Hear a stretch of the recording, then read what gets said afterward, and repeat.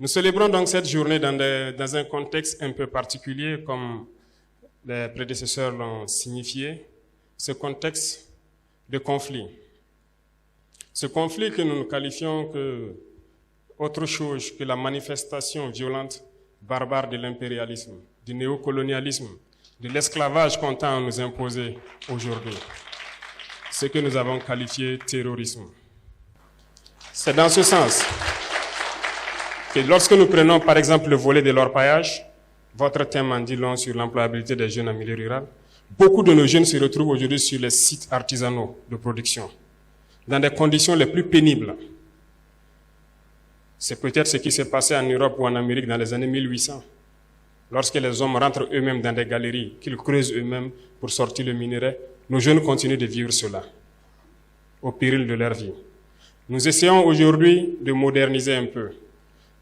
C'est à l'issue de ça que nous avons créé donc la SONASP, une société qui va se permettre de pouvoir exploiter et de commercialiser nos substances précieuses, notamment l'or.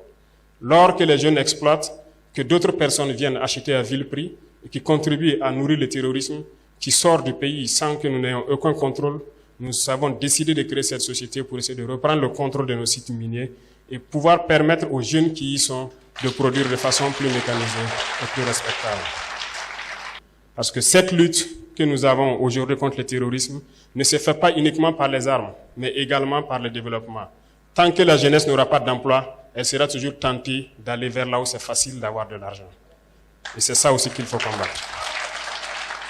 C'est le lieu pour moi de rendre hommage donc à tous ces jeunes qui se sont engagés sans état d'âme, comme VDP, qui sont aujourd'hui sur le terrain, sous la pluie, sous la brume, dans la boue, partout où on les demande de partir, ils se battent sur le terrain pour essayer de récupérer nos terres et donner donc à ce pays ce qu'on appelle l'intégrité territoriale.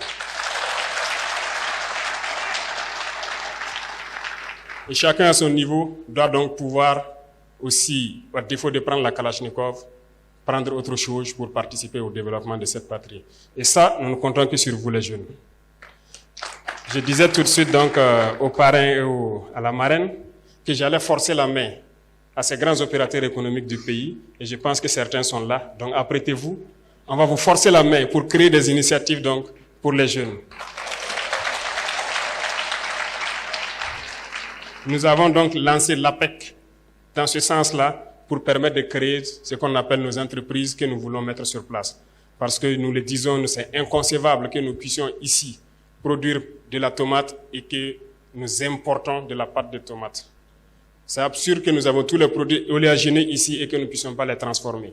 Nous avons lancé cela et je vous invite à souscrire massivement parce que nous allons créer nos entreprises ici sur place et développer. Certes, des esprits impérialistes pourront essayer de vous détourner de l'objectif, mais écoutez, visez loin, visez très loin, réfléchissez et voyez ce qu'on va faire.